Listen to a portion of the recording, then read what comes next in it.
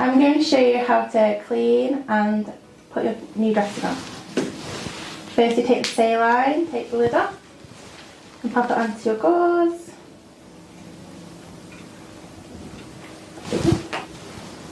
Take a piece of gauze,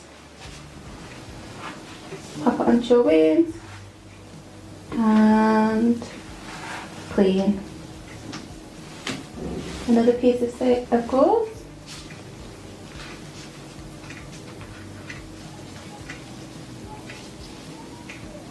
And clean. I am now going to put a new dressing on. Obviously you may have a different sort of dressing, but for the purposes of this video I am going to use a Trauma.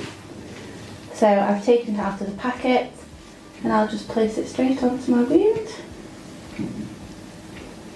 And then I will take one side of the paper backing off my nipple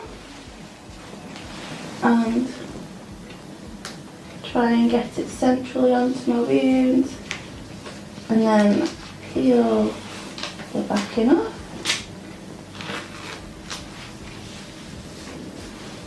Press it down. There we go, and I'm all covered for the rest of the week.